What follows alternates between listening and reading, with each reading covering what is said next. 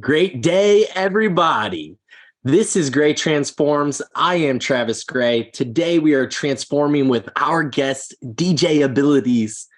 DJ Abilities is an underground hip hop DJ and producer. That's some of the coolest shit that I could ever think about doing. An underground hip hop DJ and producer, multiple times winning the DMC DJ competition, regional champion. He is signed to Rhymesayers record label, a label out of Minneapolis, Minnesota. This is just so exciting to have this conversation. I've listened to I was just mentioning that I listened to this track Well-Being on the Firstborn album that was Eyedea and DJ Abilities, and they just celebrated a 20th year anniversary last year. This Firstborn album, this track Well-Being, I've listened to so many times. It was for me just another classic on my playlist. So I'm so excited to have this conversation. DJ Abilities, Greg, how are you? I'm good. How are you? Good. Another day in paradise. I'm doing good here. I'm in California. So I live in San Jose, California. I saw your set maybe a couple of months ago. Saw your set in San Francisco, and it was dope. You're always laying it down, and so I'm in California, but it's raining. I was just recently at my very first music festival. I went to Envision Festival. I don't know. Have you ever heard of that? I have not. No. No, it's out of Costa Rica, and Cool. it was great. It was like I was in the jungle, camping in the jungle in Costa Rica. But then when I came back to California, I was like, wow, the weather sucks here. It's all relative, I suppose, huh? Yeah, it's all relative for sure. So DJ Abilities, like how did you? I know that early on you're in a family of artists. You're interested in visuals. Then just like hopped on the records and got into scratching and things very early on. It looked like 17. By the way, Rhymesayers has some great press writers. Rhymesayers got some writers, right? Rhymesayers got some writers, right? But the writers of the copy on the website were super good. Nice. Like the bio that they wrote, or maybe that you wrote. It was. I didn't write it. It was a person who was hired, and I helped kind of guide it slightly. Sure. But it certainly the lion's share was done by, I forget his name, but we talked and we thought about like the points that needed to be hit and needed to be magnified, or et cetera, et cetera. But I agree. I think they did do a really good job, and that's nice to hear that you think so as well. They killed it. I thought that they did a great job on the biography copy there. It was awesome. Early at an early age, you began to get into DJing, and then you went into competition, things like this. What was it like for you at an early age to get into that? So what was this process like? What was the story like? You talk about getting into DJing specifically? Yeah, getting into early on. I was a visual artist first and foremost, so I was already a creative person, a creative kid. I thought that I was going to be a visual artist when I grew up. Like that was my trajectory. And then I found hip hop. So hip hop wasn't everywhere like it is now, right? So particularly living in Minnesota, it wasn't popular like it is now. And at least in Minnesota specifically. And I found it. I really, really enjoyed it. And I actually tried all the elements. So when I say hip hop, I mean hip hop culture as a whole, not just the music aspect of it. DJing was the one that I was best at and the one that I enjoyed the most. So I started pursuing that one further, and I was still drawing at the time. And then there was this one moment where I had this one drawing that I'd been working on for quite a long time, and it was really good as far as my talent level was at the time. And I just remember how long it took me to get like a very minor amount of it done. And then like how I could just hop on the turntables and start scratching and like immediately feel joy. And I was like, I think I'm going to focus more on music, because just the turnaround of fun was so much faster. But the funny thing about it is, then once I evolved into production as well, production is like the same thing as drawing, where it just like takes a huge amount of time to like piece everything together. So I still wasn't able to avoid that like long process. But at the end of the day, like anything in life, usually things that are worthwhile take a long time and take a lot of effort. And I've just kind of accepted that at this point. So, yeah. Absolutely. It sounds like the work that requires more detailed effort, it just naturally is going to take a longer process. That's really cool visual, or this concept that you were drawing, put in like minor pieces of this drawing, finally were crafted after like 2-3 hours working on this, and like, oh, that feels good finally to I finally got it shaped in the way that you wanted it shaped. But then you could jump on the turntables and just right away Exactly. Well, it's already coming at you. well, here's the thing with the turntables is like, particularly with scratching. So when I'm drawing, it's an isolated thing. It's just like me drawing. Whereas on the turntables, particularly again with scratching, not production, but scratching, it's like I'm scratching to a beat that somebody's already made. I'm scratching a sound that somebody already made. So on a certain level, I'm being accompanied by these people, not physically, not directly, not in person, but their thoughts and their art are still a part of the equation. So it's less lonely and it's more immediate. And so that was more just like scratching is kind of just like dancing to a degree. It's like you play the beat and you dance. You just happen to be dancing with the fader and the record. And I don't want that to sound cheesy, but it's like it kind of is what it is. And so of course that's more fun from a basic level, if you will, like a more simplistic level. It's more fun. But then, like I said, I got back into production, and you re-fall in love with that process of like bit by bit, building and sculpting and crafting. And it's super rewarding. And at the end of the day, like with Phonograph Phoenix, that would be a perfect example of the marriage of those two passions, because obviously the scratching is a major, major part of that. But the production and the song structure and all of that is realistically as big, if not a bigger part, but they come together to create one thing. And that's how I feel at this point. It's like, I'm not a producer, I'm not a scratch DJ. It's the same thing. You can't really, it's like pizza or something. Like, yes, there's the sauce and the crust and the cheese, and there technically are different things, but once you bake it, it's one thing. And it's going to be best as one thing as well. If you just take one part off, it still tastes good, but not like it together. And that's how I feel about my sound overall. It's like it's all of the things together make the one sound. I like to use the metaphor of a pizza I because it's know. round like a record. Oh yeah, that's true too. Right when I Yeah, was saying that, I was like, this is funny, but I was like, it is accurate though. yeah, Like, no. for better or worse, it is accurate. That makes sense. You're a chef and you're delivering like a full course meal. You're delivering a full project. Of the Phonograph Phoenix, like that, like this is a full course project, and you're wanting, that you're. I am not. I'm not a musician myself, but the idea of like choosing where that track goes in the set list, it's like, which flavor do you want these people to start with, and I know the project, the Phonograph Phoenix, the project had underlying. It was speaking to depression.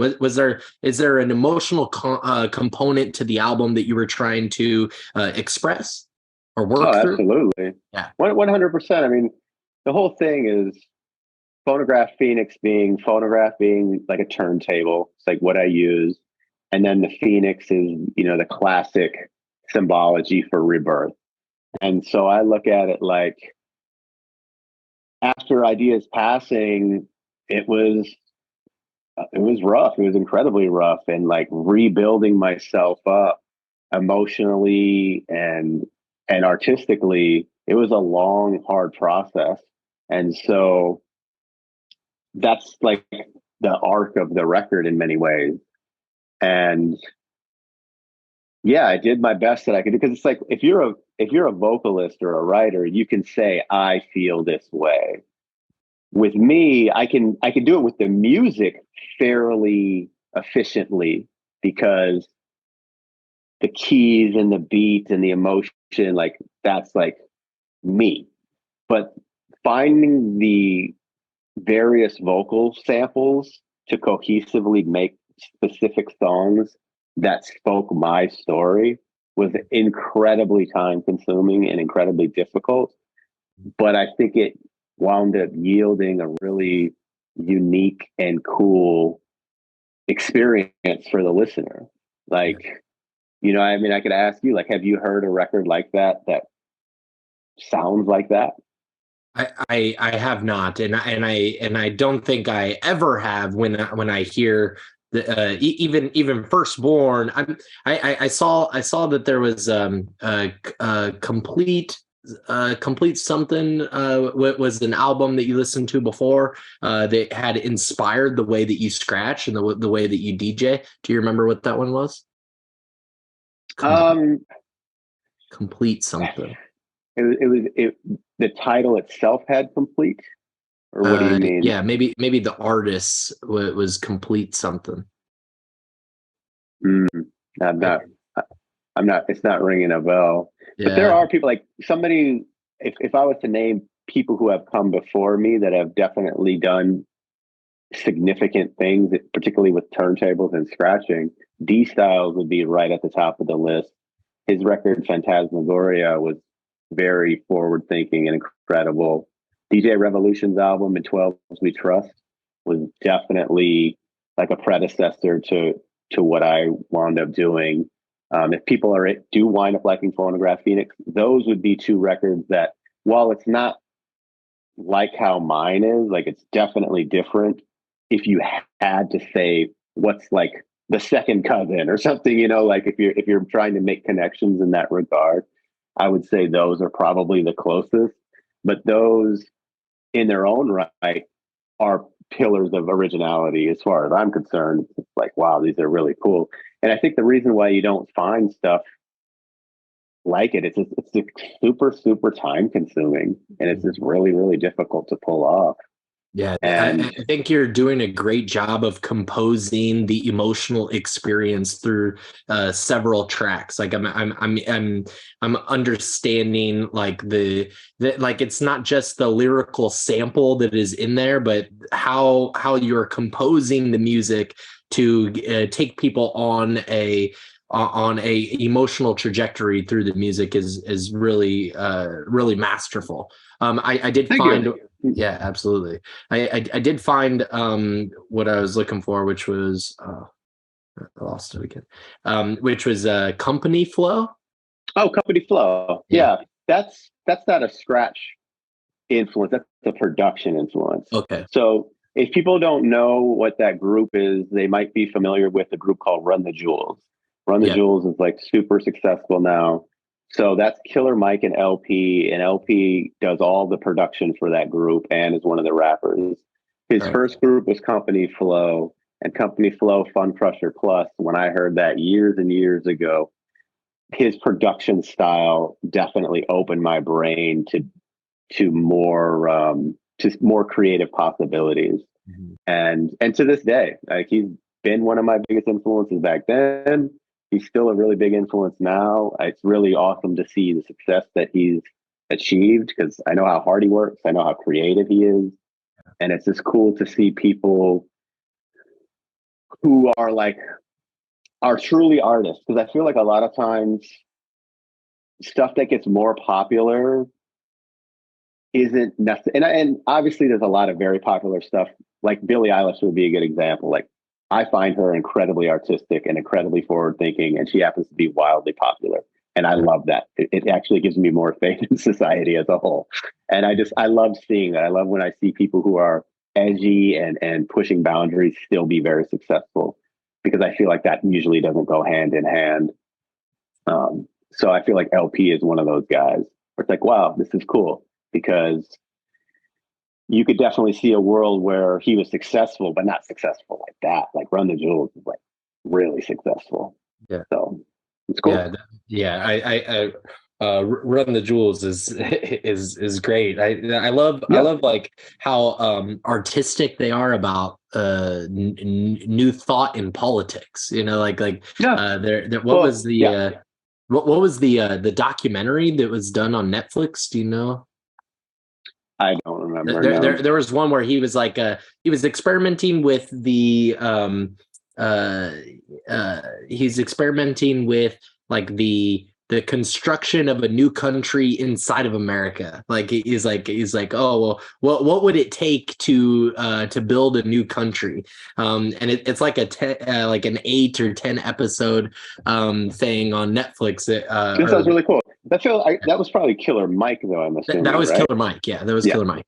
Yeah, that's cool. It sounds very interesting. So just how artistic he is, like politically, is really interesting. And I know that he is, he's a rapper and artist first. It is really awesome how successful he has been. So I think that's one of the reasons why they're a cool pairing, because for me, I'm specifically talking about LP, the producer, and the other rapper. Right. Whereas Killer Mike has all these virtues that you're describing. And so I think when they came together, it was this is like low hanging fruit, but very peanut butter and jelly, like where it's just like, oh wow, this works. Like they are similar enough to where it matches, but they're different enough to where you're getting more. And it's just cool. They were like lightning in a bottle. Like the name's cool, the branding with the hand thing is cool. So yeah, more power to them. So I want to ask, like, I want to dive in a little bit into that idea of composing the emotional experience. So one of the founders of the field of transpersonal psychology, his name is Stanislav Grof. Stanislav Grof and his belated wife Christina Grof. But Stanislav Grof, he and his belated wife Christina Grof, they developed this practice called holotropic breath work, and a big portion of this holotropic breath work is the playlist that is created. They have a very specific system of creating a playlist so that it runs people through this emotional trajectory while they're doing 3 hours of very intentional breathing. So you're laying on a mat like for 3 hours. You're trying to take deep breaths the whole time. You have like a partner that'll help you through the process, and people revert into like experiencing past life things. They experience prenatal experiences, like being in the womb. There's a lot of like really interesting themes, but it is it's specifically due to, it has specific connection due to the track list or the playlist that one creates, or that a facilitator creates to give you this high and then these dips, these emotional dips as you're connecting with the music, in your breathing, in this rhythm. What is the experience like for you when you are making the emotions alive and real in the music? I guess I would say just being honest with myself. So I try when I'm writing music. So I'm really into exercise and health and things like that. And we talked about reading. That's another thing that's been helping. First and foremost, I want to try to be the best version of myself that I can be, because then by default, whatever I create is going to be of higher quality. If I'm higher quality, what I make will be higher quality. So that's like the beginning stage of it. Then once you got that going, then it's being really honest and like, do I like this? Does this make me feel something? Am I emotionally attached to this? I was actually doing an interview yesterday and I was talking about how if how I know a song is worthy of being released, because like my record is only 8 songs, but I had a lot more songs that I could have put on it. But I chose those 8 specifically because they all crossed the threshold for me of quality. Mhm. And the threshold for me is if something happened to the song, like it got erased from my computer, I had no backups, let's just say it poofed out of existence, like would I be emotionally moved by the loss of that song? Like, would I be like, oh my God, you know what I mean? And if I feel that way about the song, then I know it's worthy of being released because that means I put that amount of effort into it, that I cherish it more or less. And so if I cherish it and I'm at my best and I'm doing the best I can possibly do, I feel like it's worthy of putting it in the world because there's a good chance other people will appreciate it as well. So basically, just not shortchanging it if I'm going to keep it super simple Yeah. and trying your best. You know, so much stuff is like the simple stuff that you hear over and over again. But one of the reasons you hear it over and over again is because it's true. Like, be Absolutely. honest with it, work hard, and spend time on it. You know, don't just I guess I tried this, or it's like really think about it. And like, so that album took me a long time, and at one point I felt like that was it was very frustrating for me because of how long it took. But in hindsight, I'm not overly mad at that because a song that I started 5 years ago, if it's still hitting me in a way where I'm like, yes, then you know what? Chances are 20 years from now, I'm going to still feel that way. And for me, I'm not trying to make a flavor of the month song. I'm trying to make music that's timeless. And you're talking about firstborn idea and abilities. The fact that people come up to me and still talk about our music in that way with that level of appreciation, it's like mission accomplished because those are old records at this point. And given the response thus far, there's no reason for me to think that 50 years down the line, people aren't still going to be vibing with it. And that, to me, it's like, okay, I spent my time wisely then, and it feels good. Yeah. Yeah, I like that. It's like the more of yourself that you're authentically putting into the song, into the record, into the project, the more substance is expressed of you, and because of that, does it resonate? Is it something that you're going to be able to listen to again in 5 years without like a oh I wish I would have put this song on there. I wish I would have done this or that. But it comes from a real place, and because of that, it's heard too. The flavor is coming through as a real experience that the artist is having, that you are having while you're making that music. And so these themes of like coming out of depression and coming out of the black hole, the rising phoenix, the transformation, being reborn from the flames is such a that in itself is a timeless narrative. Absolutely. That's every like movie ever made is about that. There's an arc. There's the lead character. There's some kind of problem that they have to confront and they have to achieve, and then that's the process. It's like it's life. And then once you conquer that one, you conquer the next one and the next one, and it's the okay. That's like the Sisyphus. Is that the right character? It's like you push the boulder up the hill and only to push it up again and push it up again. And it just kind of is what it is. Like,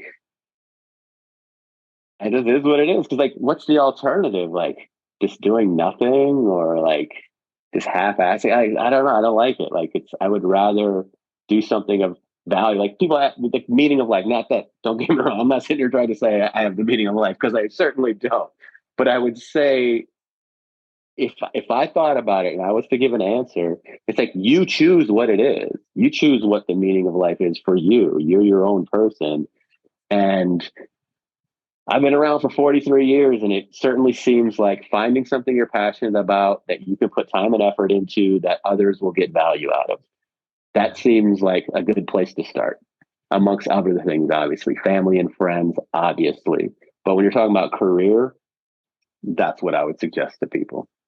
Yeah, when you're talking about an individual living a life of boredom, that is not the way. What ignites your fire? What ignites your Phoenix fire? Exactly, and then figure out a way to do that others can gain value out of it, because it's the marriage of those two things. You enjoy doing it, but then other people gain value out of it, right? So because then you got yourself and you have community. And when you can do that, then you're doing something special and you're doing something that's worthwhile. And like if everybody, that's why Star Trek, like I'm a big Star Trek person, right? And one of the reasons why Star Trek really works for me is I like that utopian way of thinking that the human race has gotten to, more or less, where it's just like everybody pursues their passion and we're all working symbiotically. You know what I mean? Like that's a wonderful space to imagine. And the closer that we can get to that, the better. And, and it all starts with you as the individual. Like if you want that type of world, you have to be that way. You know what I mean? So Exactly. It does start with you as the individual. And Star Trek's any of the great the great stories of mankind are based in this hero's journey, this arc that you're displaying in a musical way, which is such a creative endeavor, so inspiring, and it is inspiring in a way that is below the conscious awareness as well. It's like it's picking up something from the soul. It's like speaking to the movement of the soul to do those same things. As an individual, as a professional, to actualize yourself, it does translate to the growth and development of the community around you. It translates to the happiness of the community around you. What you do for yourself is influencing, impacting those around you. yeah, I think so. I mean, I think that's the hope, right? Like Yeah. you find something you love that gives value to others. Like it's kind of simple as far as Yeah. I'm concerned. So Yeah. So how was the Firstborn album? It celebrated a 20th year anniversary last year. So what was it like in the beginning with Eyedea and DJ abilities creating that album? That one album is so timeless. What were the emotions? What was it like creating that album in that relationship? I think it was a good blend of fresh, because we were new. We were genuinely new, just not only at music, but just new at being human beings. But we also were seasoned enough to where it wasn't amateur. It was like right across the threshold of Because like when stuff's amateur, it's hard to watch or listen to or taste. Like if you're a chef, or it's like because you're just like it's you're not there yet. But I think in particularly with music, when there's enough competence, but then it's also captured with like that just newness of youth and excitement and exploration. And I think that's probably one of the reasons why Firstborn, people like that record a lot, because like the E&A record and By the Throat technically are definitely much better records, but Firstborn is a lot of people's favorite still. And if I had, I mean, who knows why, but if you're asking me, so I'm thinking like, what would it be? I would say I think it's that.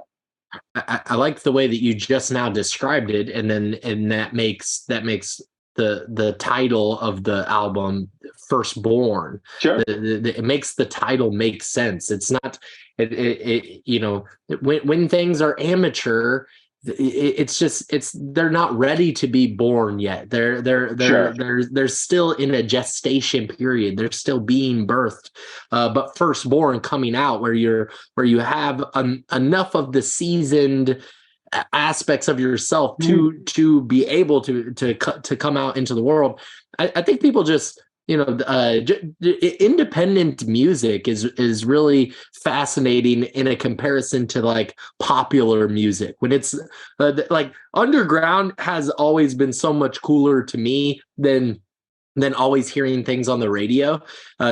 Hearing just anything on the radio has not been as nourishing to me when in a I in understand what you're comparison to saying. This goes something that you just like find that other people have not found, something like that. exactly. Well, this goes back to what we were talking about with, and there is a lot of good mainstream popular music. Like there really is. But I do know what you mean.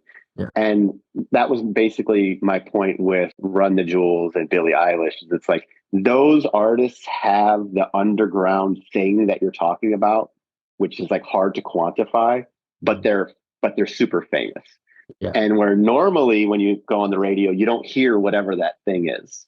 Mhm. That's literally what you're talking about right now is what we were just talking about. So I get it for sure. I understand.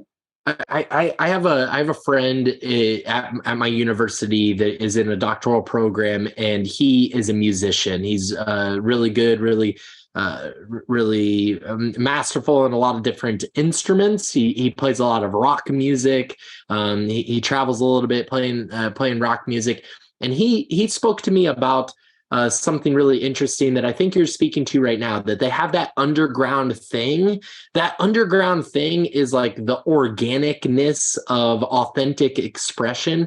Whereas when music is so computer generated, everything is like perfected digitally. It's like everything is so aligned digitally.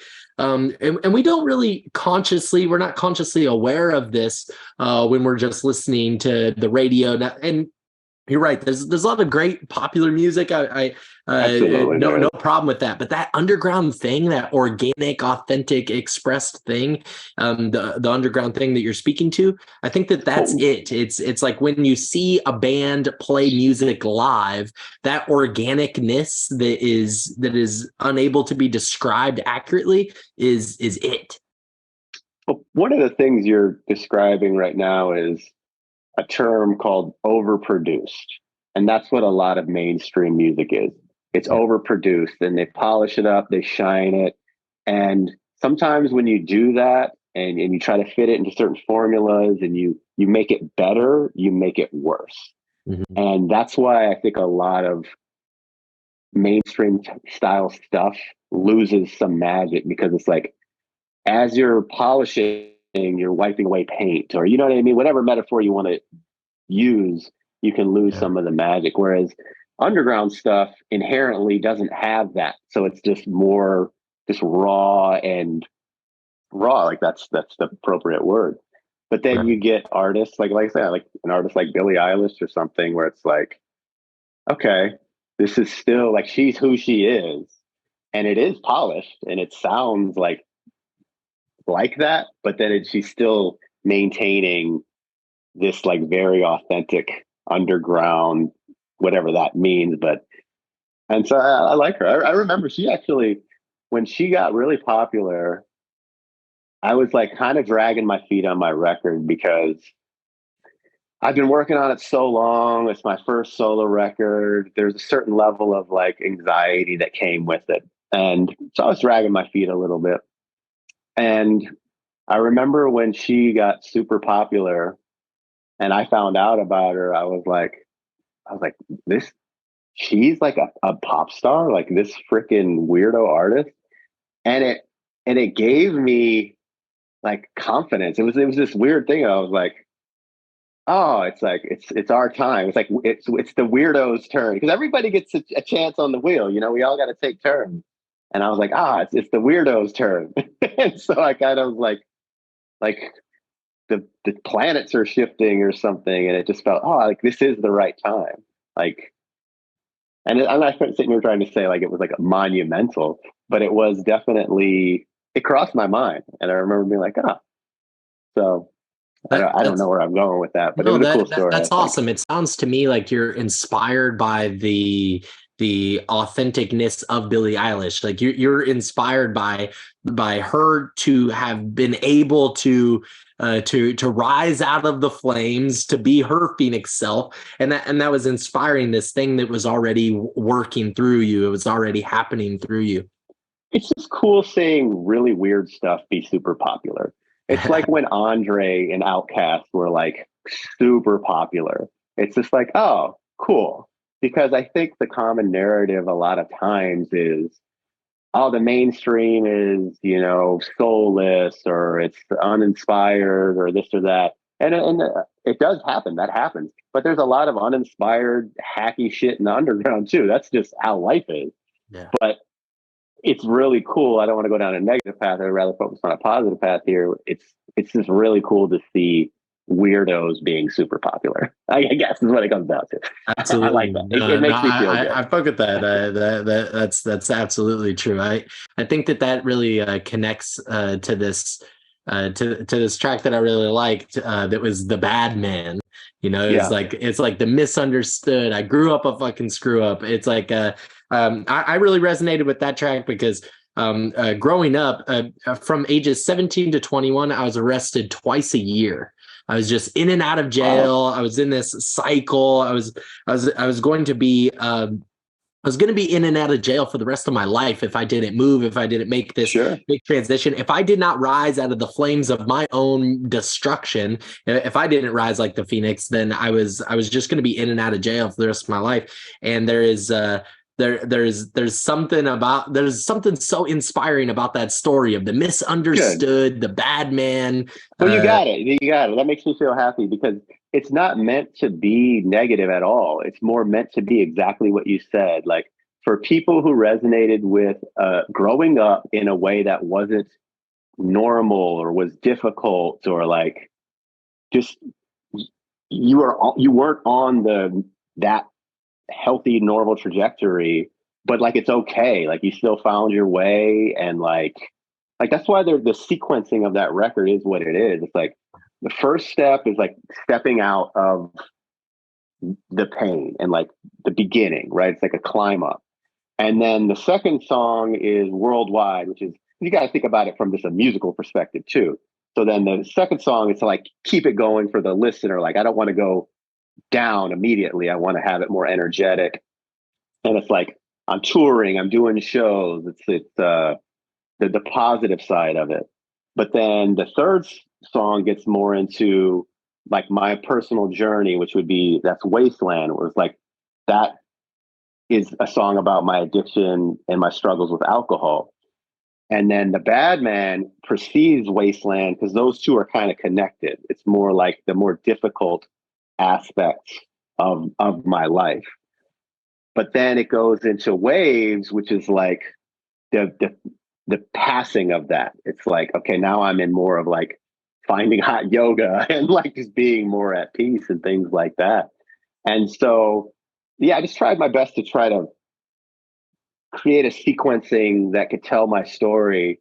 And, it's difficult when you have to pick and choose from pre-existing words, and so I thought I did a good job. I did my best, and I feel it. I think you did a great job because there's just as you were speaking of it, it made it sound like when it's tied to your experience, it sounds like a smoother arc. But I think even within it, the way that you chose the ordering of the tracks, it has this fundamentally appealing like ins and outs, because there's this track that is still a black hole at the center of a galaxy. Like sometimes it still feels like, man, I thought I was getting out of this, and I'm still in this, and I'm still on the rise. I'm still but that's also the cycles. Like you're in a bad trajectory, but then you come back around. It's like, oh, things are finally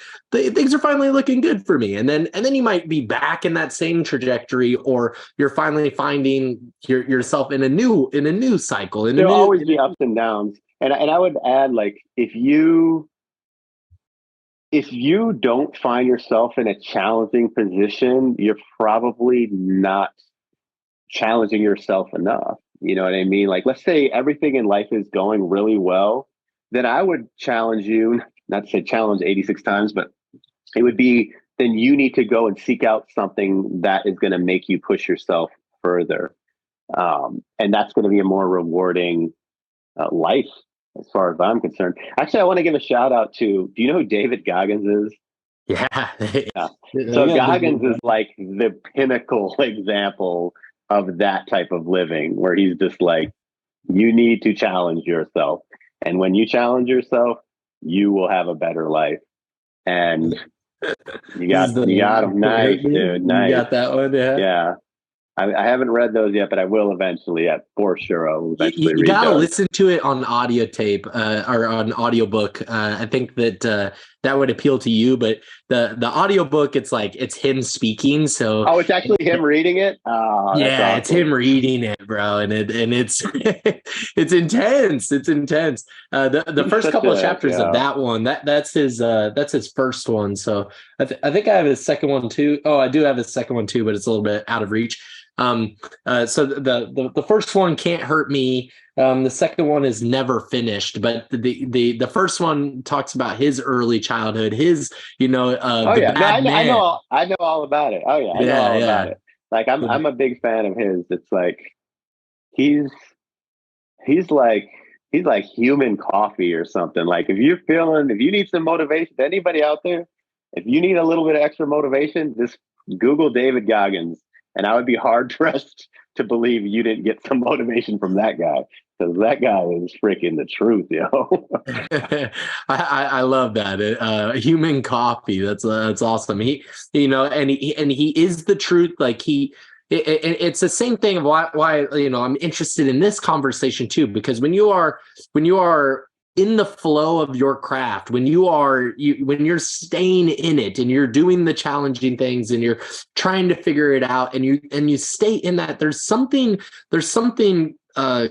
cosmic about the sort of wisdom, the sort of insights that is brought into you based on staying in that craft, based on honing your skills masterfully in the way that you've done. And even during this conversation, you've had so many insights that are good for people, and it's like it's coming from DJ music. It's like it's not coming from some philosopher who stayed in college for Sure. millennia or whatever. It's coming from the insight and wisdom of an artist that has went through the challenges, and just a human that has went through the challenges. And that's why David Goggins does it so good, is because he always is putting himself through the challenges. Yeah, to the most extreme level. Like the way that I look at him is like, and I obviously I don't know him and I don't know his exact reasoning. And I think part of it is just he needs to do it that way. That's how he wants to do it. But I think on some level, one of the reasons he does it is because I don't think he expects everybody to go as hard as him, right? I think he realizes that's probably unrealistic. But I think one of the reasons he goes as hard as he does is because he's like, hey, you could be doing more. Look what I'm doing. At least that's what I take from it, where I'm Yeah. like, okay, this dude's super extreme. And I don't necessarily need to be that extreme, but he's an example to tell me, hey, I can do more. And I think that there's people out here that are like, I'm not like spiritual realistically, but I kind of look at him like he's kind of like an angel, he's like, hey, I'm here to be a guiding light to a better place.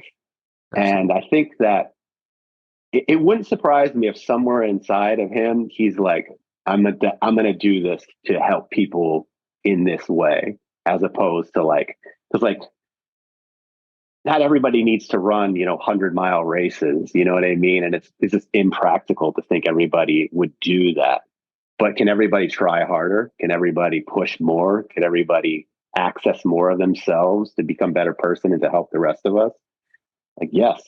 And I think he's just a wonderful example of that. And shout out to that dude, man. If I ever met that dude, I would be like, I hope I do at some point. I would just be like, what up? Yeah, it says. I think that you're right. He inspires that we can do hard things, that we can do more in the world, and there is something super potent about David Goggins being a demonstration, an example of the farther reaches of human nature, of human will. It would be exactly. It's like strongman competitions or something, right? Like, you don't have to spend your entire life dedicated to becoming the strongest person on earth, right? But you can go to the gym and get stronger. And I feel like Goggins is an example of that, but in the overarching, widespread example of just effort, period, in any aspect of your life. And then it's just, I think on another level too, it's kind of nice every once in a while just to hear somebody being kind of harsh about it too. You know, not being nice, like, hey, let's do more. He's like, motherfucker, get the fuck up and do more, you know? And every once in a while you need a kick in the ass like that. Like something that's a little harsher. Like it accesses a different part of your brain that, like, hey, I know, like with me, like I said, I struggle with alcohol, and they're like, he's helped me through like really, really bad hangover relapse type situations where it's like, I need somebody being like, hey, motherfucker, get up, because through the substance, I'm reaching more harsh depths. So I need like a little harsher hand to help me out of that. And yeah, that's why if I ever meet that dude, it's going to be a lot of thanks. I'm going to be like, thank you. Like 1000%. I'll be getting a picture. I will be like, this is, yeah, shout out to that dude. DJ Abilities will be getting a picture with David Goggins. He'll be framing it. He'll be putting it in his house. It'll be in the studio. It'll be the next album cover. Nah. But I do got to get a shirt. Like that's one of the things that I've been thinking about realistically is like a really cool way for me, because I am a public figure, to like shout out other people who I think have been helpful to me and I could like spread their message, is like a shirt, t-shirt. It's super easy. Buy a t-shirt, wear the t-shirt. It's like such a clear, obvious, effective way to help push forward messages that I think are positive. So another example of that would be, there's this girl named Lean Beef Patty, and she's a fitness influencer that I recently found that actually my son hits me to. And she is just like, she's just fantastic. And she's in crazy good shape, but she's like super sweet and funny and like kind. And she's like this wonderful, because like fitness for a lot of people is a like kind of frightening journey. And so like to have somebody like her, I think she's helping a huge amount of people who wouldn't step through that door of fitness do it because of the way that she presents it. And so I wound up getting a shirt of hers. She dropped a limited edition run of merch. I bought a shirt for myself and my son, and I'm like, I'm pumped to wear it because I just am like, this person is awesome, and this person is, yeah, that's just a cool way to spread other people's messages and stuff. So that's what I need to do. That's what I want my wardrobe to be. Just like shirts of people who I think are cool and are doing cool stuff. This is a great time to let the tribe know about the Gray Transforms website, graytransforms.com. This is a great place to go to check out all the links to the podcast. It's a great place to support the podcast, to support the channel. You can get a Gray Transforms t-shirt with a transegoic gnosis symbol for transformation on the back. You can get a Gray Transforms bullet journal. This is a simple tool, but this is a tool for mastery. You can get stickers. You can get a Gray Transforms mug. So you can drink great tea in your Gray Transforms mug while you are taking notes in your Gray Transforms bullet journal, while you are listening to high-level transformative conversations on the Gray Transforms podcast. So comment, like, share, subscribe, follow, and together this tribe is moving humanity forward. Let's get back to this conversation. That's tight. That is a really great way to represent like the message of another Yeah. person, the inspiring message of another person. That's really great. So you have you have this song, and the music video is tight. It's called Win. And so one thing about music, when it hits you, you feel no pain. I was thinking of like that very first track that I was introduced with you and Eyedea is well-being. The trajectory of my journey being in well-being and fundamental well-being with transpersonal psychology, all of this. It's really beautiful. So that girl, that girl in that music video, Mary. she can shuffle. Mary is awesome. I have so much love for Mary. Like these are the type of things. So like I am not a paid individual at all, right? So, and I'm working on that. Like I need to become more financially intelligent and become a better businessman. But things like that example, having Mary be a fan of mine, do the video, like being aligned with her is fucking awesome because she is awesome. And because she's not only just an awesome dancer, she's just an awesome person. Like her name is Mary Grace for everybody out there listening. Like she has got magic. She's a magical person. And that goes for the artwork too. Like you see the artwork, that's my friend Julia Haw, is an incredible painter. And my friend Chris did the inside. And it's like, just those type of things, like that's payment in of itself. Like, these people want to be associated with me. And it just feels really cool. Yeah, that's so sick. I kind of went off on a tangent, but like Mary, yeah, she rocks it. No, that's so sick. It warms my heart to like see how passionate you are about the community, about others. How passionate you are about these are the people that have influenced me, impacted my life in positive ways, and I want to spread more of that message. I want to spread more of that to others because it will inspire other people. Other people will be inspired by this conversation that you and I are having. That's the hope. Yeah, absolutely. You had an incredible set in San Francisco. And that set, I mentioned to you after the set that I noticed the visuals that were put into that, and so it's like seeing it live. It was like the you did the Who Framed Roger Rabbit. Roger Rabbit's a big shot. Rabbit. I actually wound up doing all the video editing. Yeah, like I figured out how to do video editing because I was like, we talk about a big theme of this conversation has been like improvement, try to do better. And I was thinking about my set and I was like, how can I improve my set? Like, what can I really do at this point? Because I'm really into exercise. And so like lifting weights would be a good example of like when you first start, you can get strong and see results really quickly. But the better and better you get, the harder and harder it gets. And then like once you get to like professional bodybuilder levels, it's like they have to work like insane amounts to get like 2 pounds of muscle or something because they're so far up. And so I've spent many hours scratching and mixing and producing.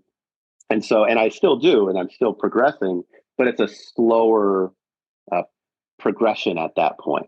So it's like, okay, I am going to continue doing that, but how else can I make my show better? And the video was like a light bulb moment because it's like, oh, wow, this is like a new thing that I can do that will add a huge element to my show. And since it's new, I'm going to get a lot of bang for the buck, like right away. And I did. I mean, it took me about 2 months to curate all the videos, find all the videos, edit the videos. Well, first and foremost, learn how to use Final Cut Pro, which is the software I chose to use, which was very frustrating. Because, you get older and you learn how to do your things and you kind of take it for granted. It's like, okay, I know how to use Ableton. I know how to scratch. So Yeah, while it's still I'm a difficult. one man team for this production, for this producing this podcast, and I have to figure Sure. out Final Cut Pro. That's not what I do. Like, so Well, I feel you. it's it gets easier for sure. Like I said, it took me about 2 months to figure it all out, but I was working on it every day. Mhm. And I mean, you saw like, and that didn't even have the proper screen. You know, it was on The projector. the thing, but it wasn't like the proper background to really make it pop. And it's still, at least as far as I'm concerned, I think it makes a huge difference. Like, I never want to play without my visuals now. It makes it so much of an immersive experience. And it's funny because I had my friend who was going to do all my videos for me. And then I'm not going to get into her whole life, but it just wound up she wasn't able to do it. And so I was like, you know what? I'm just going to do it myself. And it wound up becoming a blessing in disguise to a degree, because while she was really good at doing that stuff, there's something about me specifically doing it that, like, it's more me. Like, when you went to the show, if I had somebody else do that video, it would have still been fresh. But the fact that I did it, it's like, it's just a little bit more honest. It's a little bit more accurate. It's just, even though technically it might not be as good, it's more genuine to a degree, because I'm the one that actually found all of it and chopped it all up and made the decisions and things like that. Like, eventually it would be really cool for me to, like, make a song from the ground up and then actually learn how to do, like, make the video from the ground up too. So I can present art to the world and be like, I made all of this. Like, this is 100% me. And that would be really cool. And that was one of the things I did on Phonograph Phoenix. Is so I sampled for all the Eyedea and Abilities records. And for that record, I chose to write everything from the ground up, because I was like, oh, I can make it more me. And don't get me wrong, like, you could do some really fresh stuff with sampling, and it doesn't, I guess I don't want to get into like a more or less thing, because I think sampling is a wonderful art form and very, very creative. But, like, there was something to starting from scratch and not having any source material, from the beat making side of it. So that was fun. I love that. I love hearing how much effort and time and energy that you're willing to spend in your craft, in your art, in order to make the most honest expression of that piece of art. That's incredible. It reminds me of recently I celebrated my birthday around the time of Erykah Badu has a birthday a couple of days before me. So I celebrated. Erykah Badu had like the show, and she's like, I think she must be 50 or something. Erykah Badu, she put on like a 3-hour show. She has all these visual elements along with the, like, really creative in her sound, and it feels like she puts all of that in, puts a lot of time and effort into all of that. I think it's really dope. The visuals that you had in SF when I saw you live was great. Who Framed Roger Rabbit is a classic. You had some other, like, just like classic visuals in there, classic sampling. Are you just like spending a lot of time in a record store these days, or is that long? You're long past that. How does that?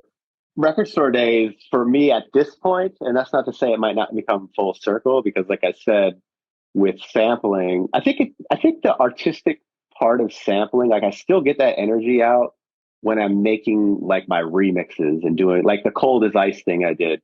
That's just how I would have made an Eyedea and Abilities track with sampling and chopping. I'm just happening to use super famous stuff.